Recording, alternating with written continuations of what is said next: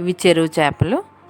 ఫిష్ని ముందుగా నీట్గా క్లీన్ చేసుకొని అందులో 1 టేబుల్ స్పూన్ సాల్ట్ వేసి,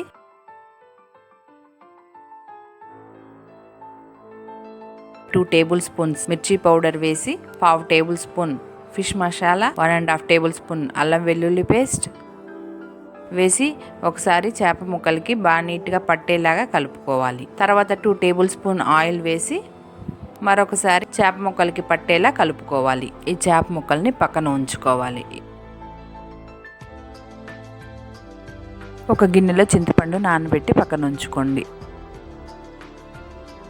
ఇప్పుడు స్టవ్ మీద కడాయి పెట్టి 1/2 టేబుల్ స్పూన్ మెంతులు, 1.5 టేబుల్ స్పూన్ జీలకర్ర, 1/2 టేబుల్ స్పూన్ ఆవాలు, 1/2 టేబుల్ స్పూన్ సోంపు, 4 యాలకులు వేసి డ్రై రోస్ట్ చేయాలి.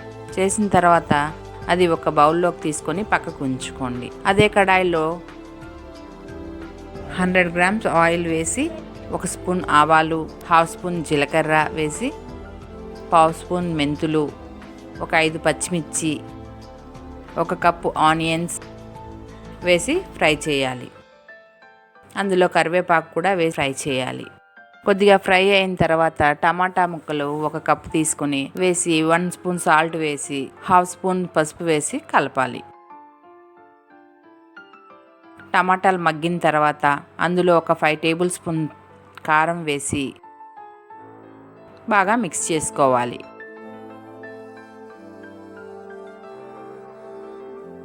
ఇప్పుడు 2 కప్స్ చింతపండు జ్యూస్ తీసుకొని అందులో వేయాలి. వేసి మరొకసారి కలుపుకొని అందులో 2 కప్స్ వాటర్ వేసి లిడ్ క్లోజ్ చేసి 10 మినిట్స్ ఉంచాలి.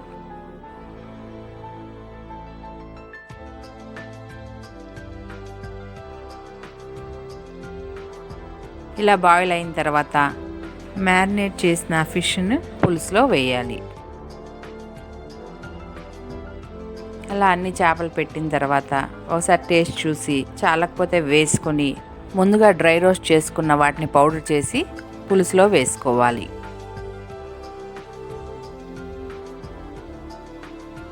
మిడిల్లో గరిటెను పెట్టి చేపకు తగలకుండా ఇలా రొటేట్ చేస్తూ కలుపుకోవాలి.